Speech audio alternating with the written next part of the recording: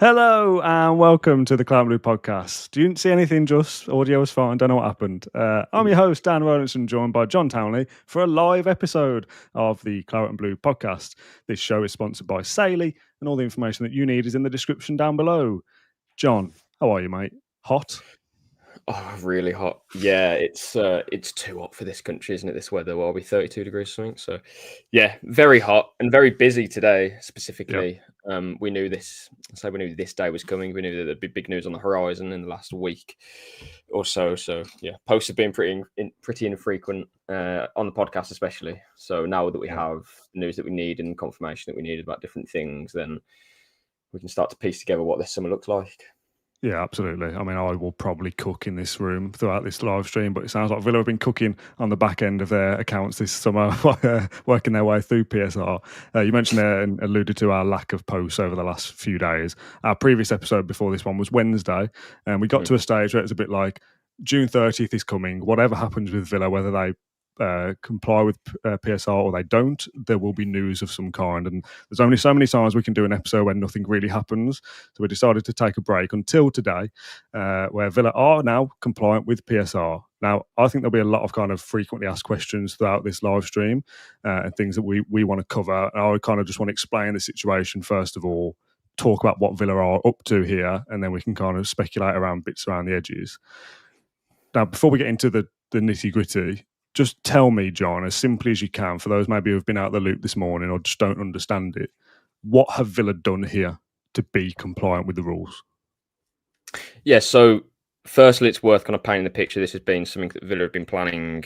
It's kind of a broad thing, selling the women's team, selling stakes in the women's teams. I was selling them externally or to sister companies, whatever it may be. That's been something that they've been looking at for some time. And as we reported in the last 2 months or so, that's something they'd also be considering heavily into this summer. Whether that would fall this side of June 30 or afterwards, again, kind of up in the air. Mm-hmm. As it's come out today, deadline day in PSR terms, Villa are planning to and are therefore confident of being fine with PSR because you don't have to have literally sold something if it's an asset. As long as you have, an agreement and a plan to do so, basically, then that's okay. That you can put that to your books if it's after the date. So if it's, completed or ratified in 5 days, it can still be in the books of the last financial year or this financial year. So what Villa are trying to do or plan to do is to sell a stake in their women's team. Matt Law reports that that's around 10% and also says that that's about £5.5 million. Those have been the discussions for that stake. 5.5 million. Yeah, for 10%. So the kind of overall value of that would be, your 55 million's around there. And again, the values, that's what Matt Law's reliably, obviously reported. So we'll take his word for that. And then, of course, Villa will then look to sell the rest of their women's team as well. So the remaining stake of it, and that will be sold to the club's holding company. So again, it's something which I don't think it will come as a surprise to many people. Maybe in the way it's done in terms of selling partially external, partially to sister company. That's something that may surprise a few people. But that's essentially the news. Villa, and have this on record, Villa do not need to sell any players between now and the end of the day. You won't be seeing Martinez leaving for £20 million, Ollie Watkins, anything like that. That won't be happening today because they don't need to raise money through player sales. Yeah, that was the fear, wasn't it? That Villa would be shafted by cut price deals of, you're desperate. Yeah. We know that Martinez is rated at 60 million, or let's say that's how much Villa want for him as conjecture. But you're in trouble, Aston Villa, so we'll give you 30, take it or leave it. And if you're in trouble, you take it. That won't now happen. I'm not suggesting that Martinez will now definitely stay because Villa are safe and we can all celebrate and have fun. That isn't the case, by the way, and we'll get to that in a second. But as of today, the clock ticking down to midnight, you aren't going to see any cut price deals affect Villa. We're not. Yeah, like Louise last year, Villa, Monchi, they're not going to be chasing players around America to try and get them at the club to raise money. That's not going to be happening, which is good. I mean, what I would say is Kane Kessler-Hayden could join Coventry today. That could be confirmed tomorrow, could be in the coming days. Depends again, literally when the deal's completed, but he'll be having a medical. signing for them. Not actually too sure on the fee. I was told kind of different things with that. John Percy's reported 3.5. I can't see it being a whole lot more, a whole lot less than that anyway. I do think that a lot of people can talk about that fee as well. It should be double figures. It should be this. It should be that. But you've got to realise that there has to be a market for certain players. And if the market is a championship club, they're not going to be spending too much money on that player. Good deal for Coventry, though, by the way, I do think.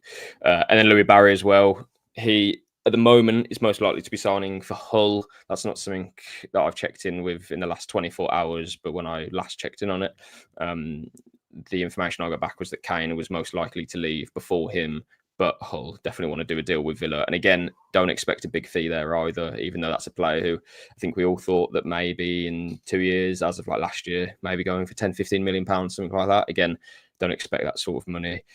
But there might be some kind of catches in the deal. Obviously, we sold Philogene, didn't we, for a really low fee to Hull, 5 mil, but then had a buyback clause, brought him back, sold him for a profit against 20 million to Ipswich. So, yeah, there might be some routes to make more money there. But so that's kind of the state of play, I guess, in terms of what we know, in terms of today. What people should be concerned with today is that we don't have to sell any players, even academy products like Kessler Hayden.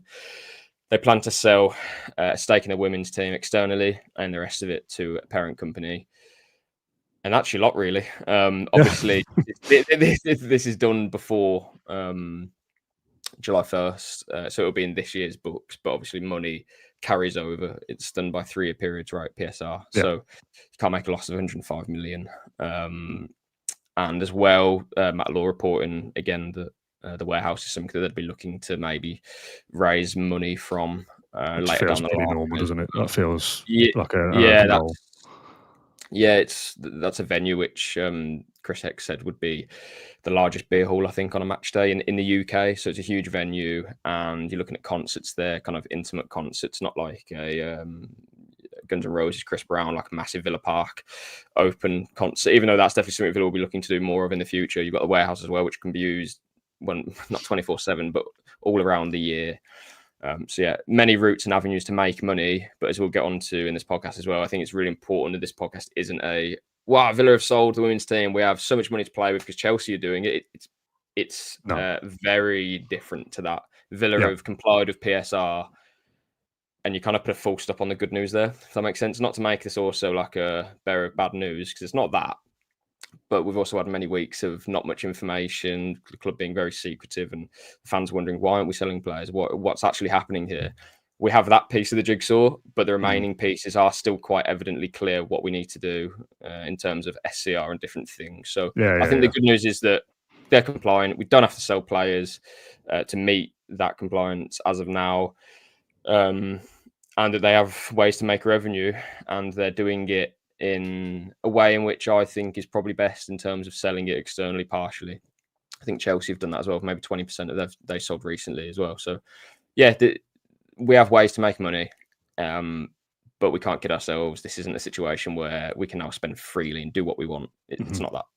Yeah, absolutely. And like you said, I don't want to kind of bring the tone down to be, these two being negative again, but the facts of the reality. Villa have passed PSR this year. We still have work to do to pass it next year, and the year after that, and the year after that. This is a thing that, whilst it's still in place, is something that we're going to have to deal with. So we'll talk about all those things in a sec. Seeking says the market is what we say it is. The seller decides the value. When we talk about Kessler Hayden just then for 2 to 5 million or whatever the rumours are. Yeah. It's kind of, I always think it's the opposite. I think if the buyer decides the value, if no one wants to buy your player at your valuation, then they won't buy them for that amount. We might want 10 million for Kessler Hayden. If no one wants to pay that, he isn't worth that. He's worth what somebody is willing to pay. And if that's 3.5 to Coventry or 4 or 2.5 or whatever the actual number is, that's just, firstly, dealing with championship clubs. They don't have lots of money. He's had a lot of loans that haven't really been that successful until the Preston one, where he was their player of the year. But even a club that he was player of the year at, and they know him and he can settle there straight away, they can't afford more than the amount that Coventry are paying. Shows you the market that you're kind of operating in. So we've said this a few times, valuations for players are often lesser than you think, even for big money players. We want 60 for Martinez, but it might be more like 45. You want 10 for Kessler Hayden, but it's more like 4. You want 15 for Louis Barry, but it's more like 8. This is just, if no one's willing to pay what you want, the valuation isn't set by the seller, it's set by the buyer, isn't it? Yeah, precisely that. And again, I think especially with a player like Kane, who obviously 1 year less on his deal, if we gave him another loan, his value would depreciate again. So while I was a bit surprised that it was in that sort of territory of low figure, equally, again, as you explained there, Dan, Championship clubs aren't, they're not minted, are they, whatsoever? And I'd like to think that Villa maybe have a couple of clauses in there. I don't know that. It's something that I'll have to You would have thought so, pursue in yeah. the next couple of days. But yeah, good deal for Coventry, though. Yeah, okay, that's enough about Kessler Hayden for now. Neil says quickly, how does selling the women's team help PSR? Are they not separate entities? Because you're selling it to yourself. So you're essentially making revenue because you're selling it. And it's pretty much, I mean, I don't want to say pure profit, because when you think of that, it's like selling an academy player, right? But the value of it is already so low that you're essentially making that money purely, if that makes sense. So that's why it's such a, what did you say earlier? Open goal, tap-in. I think I've described it as a tap-in before. It's a tap-in for any club. Chelsea have done it. It's not against the rules. Richard Masters has even said it himself. Like that wasn't a loophole, which is embarrassing for the Premier League in itself. But we said at the time, actually, didn't we, when Chelsea sold their women's team, and we were a bit like, oh, this doesn't feel right. But I remember thinking, well, all right then, but they've done it, and you have to, I think, in this PSR world, be clever. And absolutely. I want to say respect them for it, but what's the alternative though? Selling your best players every year? Yeah, so if they're doing it and they're allowed to do it, and it went to a vote, and the Premier League, sorry, it didn't go to a vote, it was going to. Premier League clubs didn't even bother to do it because you need 14 out of 20, I think, to override it. If they didn't even do that, okay, well, everyone should do it, and I think they probably will when they need to. Villa felt their need was to do it now. Whether that's something that is shut, the loophole would be shut later down the line, I don't think it would be, because Chelsea have done it. So every other club will say, well, we'll do it then next year or in a few weeks. So yeah, Villa have decided to do it now. Let's stick with PSR before we move to SCR, which is a whole nother ball game almost entirely. We talk about the 3-year rolling period. So as soon as tomorrow comes, July 1st, Villa are in a new accounting period, and again have to be compliant by the end of next June to the rolling 105 million loss. You can't exceed that. So it kind of works both ways, doesn't it? This year's done now. Kind of shake your hands of it. It's done. We've done what we needed to get to July 1st, basically. Yeah. Forget everything else that's come before it. Exactly, yeah. But that's another year down on the accounts of the 3-year period. So you've got, is the one we're in now 24 to 25, or is it 23 to 24? 24 to 25. So you've got 24 to 25, 23 to 24, and 22 to 23, I think. Is that right? Yeah. So when that goes forward next year, it's 25 to 26, but you drop off the 23 to 24 one. That kind of 22 to 23.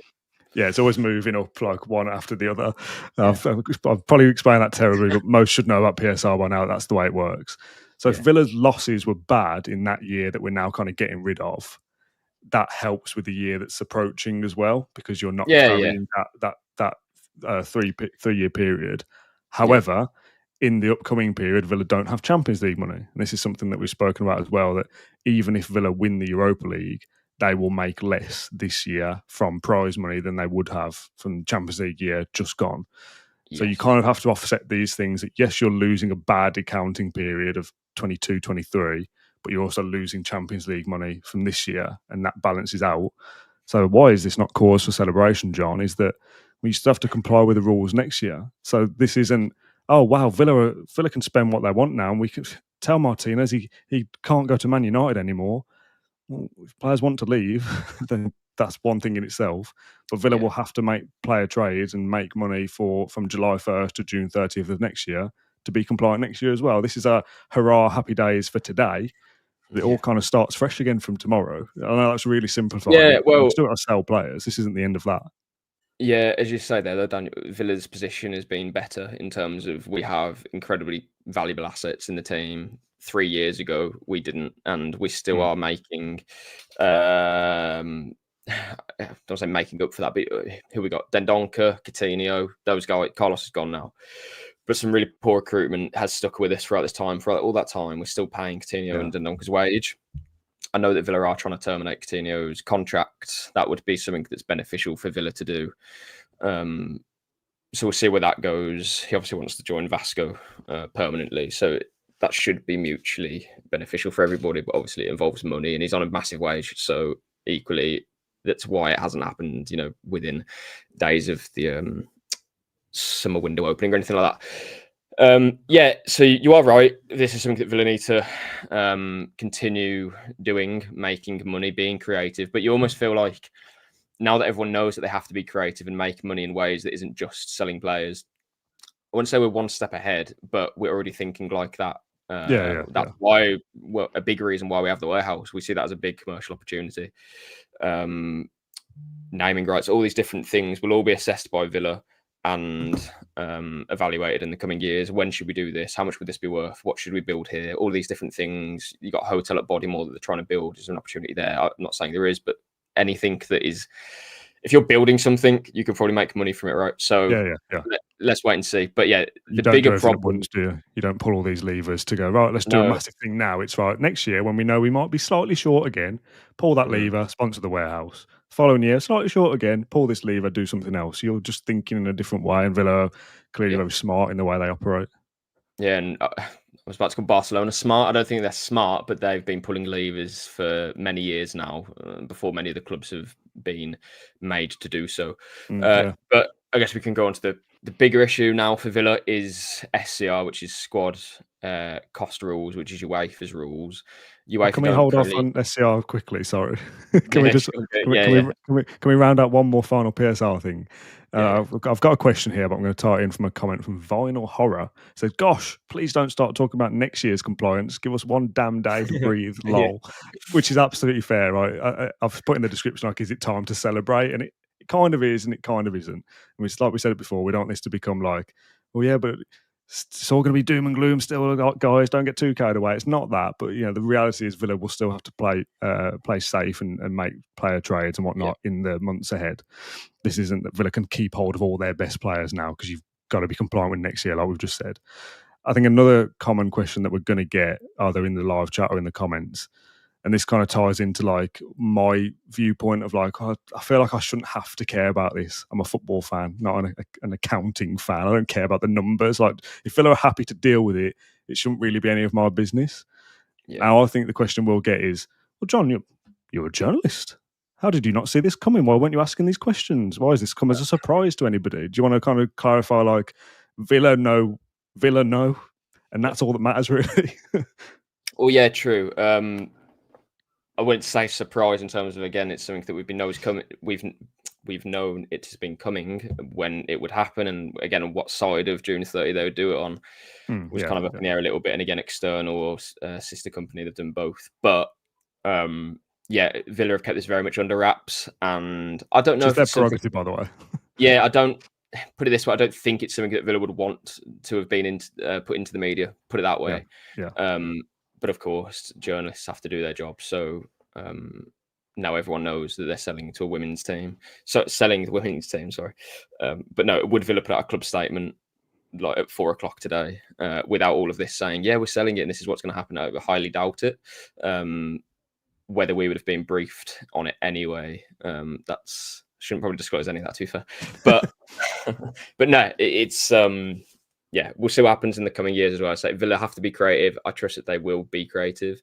So I don't really worry about profit and sustainability rules moving forward, because, firstly, they can change. They may line up with SCR in the coming years. So I don't think this is something where in 5 years Villa are still trying to build things and sell them and then demolish them in the next decade. Like, I don't think that's going to be the situation. If it is, football's finished. But nothing is really a surprise here. It's more of a getting your head around what this really means, because it's all also very new. As you say, Dan, we're football fans. We shouldn't be, how do I put it, trying to piece together what this means and how it impacts the club moving forward. But we have to, really, don't we? There's a lot of guesswork essentially involved with this, and I don't want this to kind of reveal back that, oh, these guys don't know anything. The club know their accounts and they don't have to share it, and they haven't shared it. But you've seen from a lot of journalists on Twitter and different articles and podcasts, the amount of discussion that's been had about PSR and just how close to the limit are Villa. Some say it's 10 million, some say it's 15, some say it's 70, and Morgan Rogers needs to go to Chelsea. Oh no, we're in massive trouble. ultimately, it's not been any of that. Villa have had it under control the whole time, and the kind of discourse and the narrative that comes around it, and we're part of it, right? We have to do this podcast, we have to cover what's going on, and part of the fun almost is that guesswork sometimes. But ultimately, Villa have it under control, and it's their job to.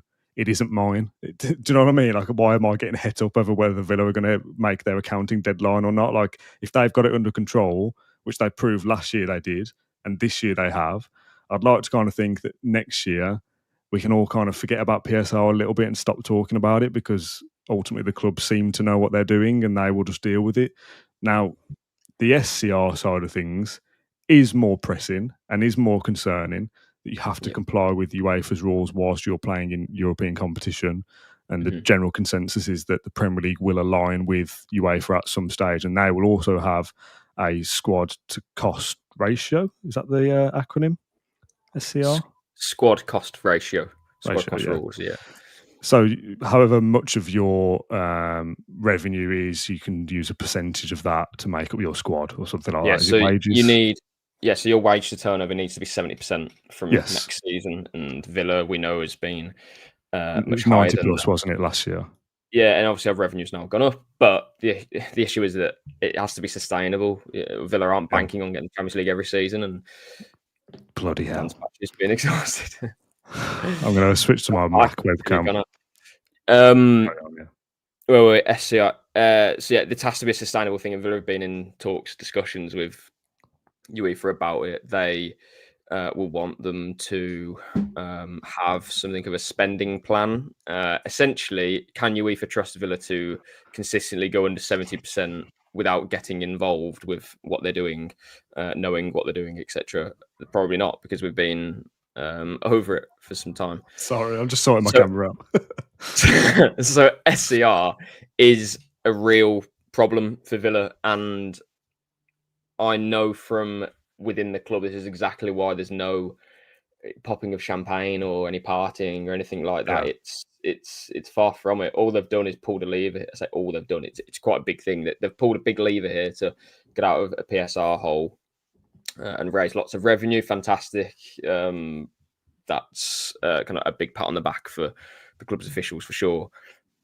A much bigger pat on the back would be to get us in line with wage to revenue, and also have a very competitive squad, which has 2 players per position, which allows Unai Emery to compete on all fronts. Again, that's the bigger issue here. So Villa pulling this women's team lever, does that mean that they can now spend loads of money and spend everything they would like to and compete with maybe the teams who have much more money in terms of specific targets? Absolutely not. And this is why you're seeing Newcastle losing key targets to other teams. If Villa were going after these players, they'd probably be in the same position. So it's something that really impacts, well, specifically us and Newcastle, because it's literally, again, about revenue here. So Villa, again, need to drive up revenue for this financial control as well. It's not just profit and sustainability. But if you look at where Villa are as of June 30, 2025, they got a big wage bill, and quite a few of those players I look at and think, I think if I could sell you tomorrow, I would. And whether Emi Martinez is one of those, I'm going to have to think about it for another 10 more minutes. But what I'm trying to say is, selling Emi Martinez, as bad as that would be, this is just an example, by the way, as bad as that would be in terms of kind of cult hero, all that stuff, a status which Villa fans love, won Messi, the World Cup, everything that comes with that. He believes in the project, or did, and everything like I've explained there. But we need that wage to come down. And he's paying a 33-year-old in September. Next year, he'll be 34. Is that wise? Considering we know that Villa are very wary about this compliance as such. Like they'll get there, but how they do it, if you go through it, selling Martinez for me and replacing him for a goalkeeper who's much younger, yes, maybe the level is decreased somewhat, but when you kind of balance that out with, but Villa have to free up their wage bill, I don't think that's such a bad play. And I think it's something where straight away at the end of the season, you see him crying, Martinez and other players as well. And you think, it's coming to an end of these players and their Villa career. I think if you kind of look at it in the kind of cold light of day, though, Villa have got a job to do here. They need to bring the wage down, and I don't think there's any room for sentiment. There isn't with me anyway. I'm kind of over that a bit now. I think some players are happy with where their Villa career has gone to a point and are happy to start something fresh, should we say. That won't be all of them, obviously, but whoever is feeling like that and is on a high wage, okay, well, we need to make room here. And if they're happy to go and Villa happy to bring someone else in to decrease their wage bill, fine, do it. I don't really think anything else matters. This is why the PSR thing has never been that kind of pressing to me as a fan. One, because I feel like the club will deal with it, and they have. And I've said this to you before, so this isn't like, oh, I know it's good now, so I can kind of like go along with it. Villa will make sales. They will play a trade, and that will help their PSR situation because they will bring in transfer fees, whether it's Martinez, Dean, Bailey, Tielemans to Saudi, for example, whoever it is, they'll make trades and their PSR issue will ease because their accounts will get better. I said to you on the phone before we started that the 3-year period kind of is rolling on. You're kind of now at the start of the Emery era, aren't you, for that 3-year period where we basically started to act like a proper club and take things seriously. Much, yeah. So when we're like looking after ourselves better, that's how we're being assessed now. So it's not going to be a mad rush every single year because we're not dealing with poor financial decisions anymore. So that's kind of PSR to one side. I think it'll always kind of look after itself now whilst it's around because Villa will make those player trades where they need to. But the SCR one, where you need to be compliant to a certain level of wages to turnover, is twofold. You need to raise your revenue by all of the off-pitch stuff that we do, the commercial bits and pieces, which is a whole separate conversation. But transfer revenue will go to that as well, won't it? In terms of like transfer fees are part of your revenue. So revenue is part of it. Player, yeah, what is key to kind of outline with UEFA though, they don't recognise sales to sister companies as right. Okay. As revenue. Again, that is right now. Whether that changes, don't know. I don't know if there's plans to. I don't know if Villa know anything. But as of literally like yesterday and today, UEFA don't recognise that. So that's again something that Villa are going to have to contend with as well. But transfer fees for players will still count to your revenue. So kind of when you look at players that would bring in a good transfer fee like Martinez and they're also on a high wage, that transfer fee will help PSR and that's kind of to one side. Yeah. But it will help boost your revenue and it will be lower your wages. So they feel like the smart sales. Yeah. Yeah, and that's why big transfer fees, and that's why you look at certain members of the squad and think, well, at some point, it's probably going to be you, mate. You're the one that's going to have to go because you'll get a good fee. Your wages are absolutely massive, and we could do without that. If I go back to where I was a few weeks ago, it was I really want to keep Martinez for obviously, and I still do now. But knowing the information that we know, knowing how the club feel about this situation, I've kind of lost an emotional connection with it a little bit. Yeah, I thought it's kind of brutal to the point of. Well, Martinez, I think, so that kind of had a great ride with Villa. Hasn't won anything, which kind of kills me inside a little bit. But Villa have to move on, and not just move on in terms of it's time to kind of change the guard. It's literally we need to do this to stay compliant with rules. Yeah. If we want to be sustainable moving forward, it takes that kind of sale to do so. So that's why if he was to be sold to, let's say, Atletico Madrid, I'd probably be. I don't say be happy about it, but I don't think I'd have a tinge of sadness about it in a weird way because I'm just so kind of locked into the Villa need to reduce their wage budget. They need to make money for revenue and they need to be sustainably functioning in the next few years. So let's put it this way. If Villa reduce their wage bill like a lot this summer and moving forward, they're then in a kind of a space where it will be sustainable because it's not fluctuating from year to year. Yeah, their revenue will hopefully go up. It will always come down and go up and do that. But the wages, if they can keep a kind of a set structure, like Tottenham, for example, get battered for this all the time. Spurs, they don't always pay high wages. And to be fair, they have the allowance to do so, and maybe they will do so from now on. But when they were raising all their revenue, moving into a new stadium, doing all of those things to get to the point where now they don't have to worry about any of this. What we're worrying about, they don't have to at all. But during that period, they had a set structure. It was, we can't pay players over this amount. I'm not saying Villa are going to do that, but knowing where we are, anyone criticising Daniel Levy previously in that kind of situation, I kind of side with Tottenham a little bit now and think, well, they know what, how do I put it? They had a structure that they didn't want to break because they know that in 5-10 years, they'd be in a position where they are now. And again, Tottenham, you can talk about they don't have a good squad, they sack the manager, all that sort of stuff. But in terms of literally where they are, revenue to wages, all of that stuff, I think it's probably the lowest in the league. Actually, that's exactly where we want to be. You want it to be low. Ours is now very high. So yeah, whether Villa kind of employ a bit more of a structure now, we'll wait and see. But that has to start with reducing it first and foremost. Whatever happens after now, whether they think, okay, we can't pay above this. If we sell Martinez, then whoever comes in can have a wage of only this. And if he doesn't want to join because of that, we have to move to a different target. I don't know. No idea. That's for Villa to decide. But the facts are that they have to reduce the wage bill. And that's something that will now be prevalent for them. So to kind of summarise, they've ticked off PSR. Great. They've kind of used a lever as such. They pulled a lever. And expect that they'll do that kind of in years to come as well, if and when they need to, if profit sustainability rules hangs on for that long.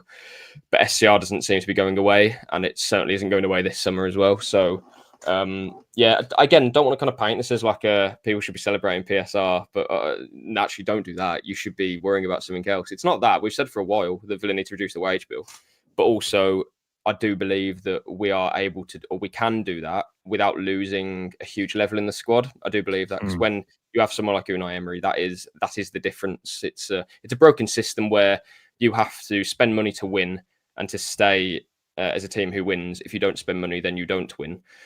The difference for us is Unai Emery. We have spent quite minimally actually since he came in. Our net spend is very low in terms of the Premier League clubs. So it's not something that if we had kind of, how do I put it, a manager who is maybe in the bracket beneath Emery, we wouldn't be doing this. And I wouldn't have any sort of, I'd have limited optimism that we'd be able to sustain this. With Emery, I think that we'll be finishing top 5, top 6 most seasons, even with all these rules. Just trying to paint the picture of, this doesn't mean Emi Martinez is staying. This doesn't mean that this is now going to happen. Villa aren't going to spend £200 million and not sell a player. That won't be happening. Villa still need to be really careful with what they're doing. It just means that they're now compliant with PSR. That was straight away one of the comments I saw from James. Are we now opening the war chest? No. we might spend 100 million, but we'll need to recoup 100 million as well to be compliant with the rules by the end of next summer. Yeah, that's it. Villa. Yeah, basically, Villa they can't just do it. They can't do a Chelsea. Only Chelsea can do a Chelsea because of what they've done. Newcastle are missing out on targets because of those teams, and they've just qualified for the Champions League. We are missing out on Champions League money now, but I think we've got a realisation of we have to do this sustainably from here on. We've kind of got to a point where we know we can compete. We know what it takes to have a big squad. We know what we need, but now we need to balance that and marry it up with, are we allowed to do that, basically? Yeah. The comment from Seeking saying, this is a very intelligent podcast, which might be the first time those words have ever been used to describe one of our episodes, but I'll absolutely take it. It's probably watching different podcasts. It's got us on mute. Wrong comment box. Wrong comment chat. Yeah. Just as a final thing, because I need to go and jump in the shower or something. I'm absolutely dying in here. You kind of want to adopt like the Brighton model to an extent. And I'm not suggesting that every player needs to come from, some South American second division and be on £10,000 a week, but one or two of those might be good. Because, if you can find out when Brighton got Caicedo, for example, he'd have been on such a minimal wage, goes to Chelsea for 115 million or whatever it was. That's massive, obviously, for PSR, but also your wages overall, the cost ratio, etc., etc. You still got to build a squad, haven't you? They're still going to be competitive. They're still going to be good players that are going to be at a level. But if you can get as Unai Emery, and this is where my trust kind of just goes to the hierarchy that will sort the finances, fine, to Emery who will sort the squad. If he can get 18 to 20 goals out of a £50,000, £70,000 a week striker, as opposed to Ollie Watkins, who might be on 150 to 200, for example, at some point you make the decision to say, well, I think I can get the best out of him, help our finances and still maintain a level. At some point, that is the stage Villa will have to get to, where the squad is kind of overhauled away from 200,000. And we haven't got loads of them, but like the big earners, at some point you probably do have to set a cap internally, like you said. And if a player doesn't want to marry up with that cap, well, we'll move on to another target that I, as the manager, believe I can get something out of him anyway. And that's how you become sustainable. Yeah, no, everything you said there is bang on. I think, and this is quite a basic answer, but for me, what has to happen from now, Villa have to increase their revenue more. And of course, we're going to keep saying this, but for me, that is the only thing that they need to concentrate on other things. But increasing revenue is the answer to all the solutions here, all the problems. Sorry. What you say then, I see different comments saying we need to go younger now. We need to bring in younger players. Firstly, like we have been and we will continue to do that, which is great. But we want to be a club, and that's of serious. And everyone knows this. We don't want to be kind of here for a short time and enjoy ourselves and have some good nights in Europe. No, we need to win silverware. We need to be competing at the top of the Premier League. All of that different. We got to the quarterfinal of the Champions League. That's not kind of a ceiling now. We need to go further. And it sounds daft, but if we took a couple of chances against PSG, we were playing Arsenal twice away from being in the Champions League final, which makes it sound very easy. Don't get me wrong, but we're not a million miles away here, or we weren't last year. So it would also be, I'm trying to kind of paint the picture. This is serious stuff. This the SCR, and we need to be really kind of vigilant of this, but also not sacrificing the project. Yeah. And I talk about Tottenham earlier about setting a wage structure, all those different things. But also, you need to pay players good money if they're good players, right? So Morgan Rogers, for example, when we gave him a new contract in November, he's not the highest earner in the Villa squad, but we will want to make him that next year if he plays well again, right? We have to be able to do that. So that's what we got to be careful of. We don't want to sacrifice ourselves and all of a sudden become a team. Like you just said there, Dan, the Brighton model is a really good example of how to recruit. But also, for me, I'd hate to see us be doing something like signing that young player like Rodgers, but then selling him this summer because that's our only means of revenue because Brighton don't have the warehouse to sell or something else to sell. So for Villa, I think it's so crucial that we are the club who everyone else looks at and thinks, why are they selling that? Why are they selling that Lego structure or whatever it is? Like, I don't care. Sell that it. lion statue. Can we sell that? Tomorrow, if we have to, do it. Like, it sounds mad, but I genuinely think that making revenue is the only kind of remedy we have here. We can reduce costs, reduce wage bill, and that's fine because we can still have a quite big wage bill. Our wage bill was huge. It was top 10 in Europe last season or the season before that. So it's too big. We can still be very competitive with a smaller wage bill comparable to some of the best teams in Europe still, like a Atletico Madrid or Dortmund or whatever. Like even they, I think we had more than them.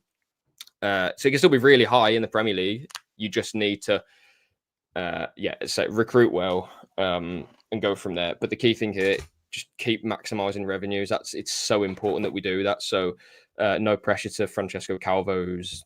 That's his job now. He's one of the most important, like easily one of the most important people at the club. Because if we don't increase revenue, then we're just going to be stuck in this lurch again of reducing costs. Our players eventually will get worse because ambition, unfortunately, in football these days has to be matched by money, right? You have to pay more wages to better players as you get better because it's more prize money. It's more, it's more sponsorship deals as you get better. So costs are always going to rise, but as long as your revenue is also rising, that's what's really important. Yeah. Okay, I'm going to call it a day there, John. Thank you very much for your time and insight, as ever. Europa League ball, just in case. We'll be back in a couple of days, actually. There's a comment there. When do we expect Villa to kind of launch into business and start signing players? Like, in theory, that could be from tomorrow. Again, I'm not going to start suggesting, keep your eyes peeled for Friday, guys. Villa can start signing players as and when now, and I'd like to think we'll get them in relatively soon because of pre-season and whatnot. You're not going to see us messing around on deadline day, I don't think. Well, who knows? Maybe it's a bit far away. Maybe, yeah. I get what you're saying. It's worth saying. Obviously, Villa haven't done anything yet, but clearly they've been asking around. Of course. We were in talks, of course, with Betis for Rodriguez. Like a lot's been happening. It's just that we can't strike deals, can we? And we can't finalise any wage agreements, all of those different things, because a lot was up in the air. Now, as you said, Dan, it's kind of like a fresh start. Yeah. So here we are, kind of with fresh outlook to a point, but knowing we still have work to do. Yeah, and we'll cover everything that we can across the podcast. If Martinez goes to Chelsea on Friday and we sign a goalkeeper on Saturday, we'll be here to talk about all those things. It is kind of a fresh start, for want of a better word, but it's a new financial year, and that means that Villa will now start moving. But it's two things. Yes, things will be going on in the background that nobody even knows about because Villa like to keep things to themselves. And two, What's my second point? My kind of annual reminder that let's say we desperately need a right back. If our first signing is a striker, it does not mean that we also don't want a right back. Deals are done differently. Please remember that if we sign somebody who isn't your preferred position straight away, the transfer window is long. I'm going to call it there. I'm so hot. I've got to go and jump in the shower or something, which is a mental image nobody needs. We'll be back again in the next couple of days with reacting to news if it happens. We're going to do some kind of transfer video. We do it every year. You know, we've got 100 million to spend, and this is what we'd do. Us idiots. This is who we'd sign because people love transfers. Speak for yourself. We can now kind of start to talk about it properly a little bit now that we're into July. We will be tomorrow, and we normally do the Q&A on Monday, but because we knew we'd be doing this today, the Q&A will probably be like Friday or at the weekend or something. We'll still do one, but just kind of bear with us for the moment. Let it not be 33 degrees the next time we record. That'd be my hope. John, thank you for everyone who tuned in live on Monday afternoon. It's been an absolute pleasure, despite my battery exhausting, but I can feel myself exhausting now, so that's apt at least. Those that are listening, please get involved in Spotify comment sections or Apple Podcast reviews. Those are all really important to helping the channel grow.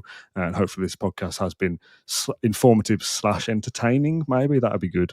It's been good fun though. It's nice to be back. I had a couple of days off. So we'll be back again anyway in the next couple of days. So keep your eyes on all the usual feeds to see our content first. I'm going in the shower. Thanks for watching or listening, and we'll see you again in a couple of days. Ta-ra.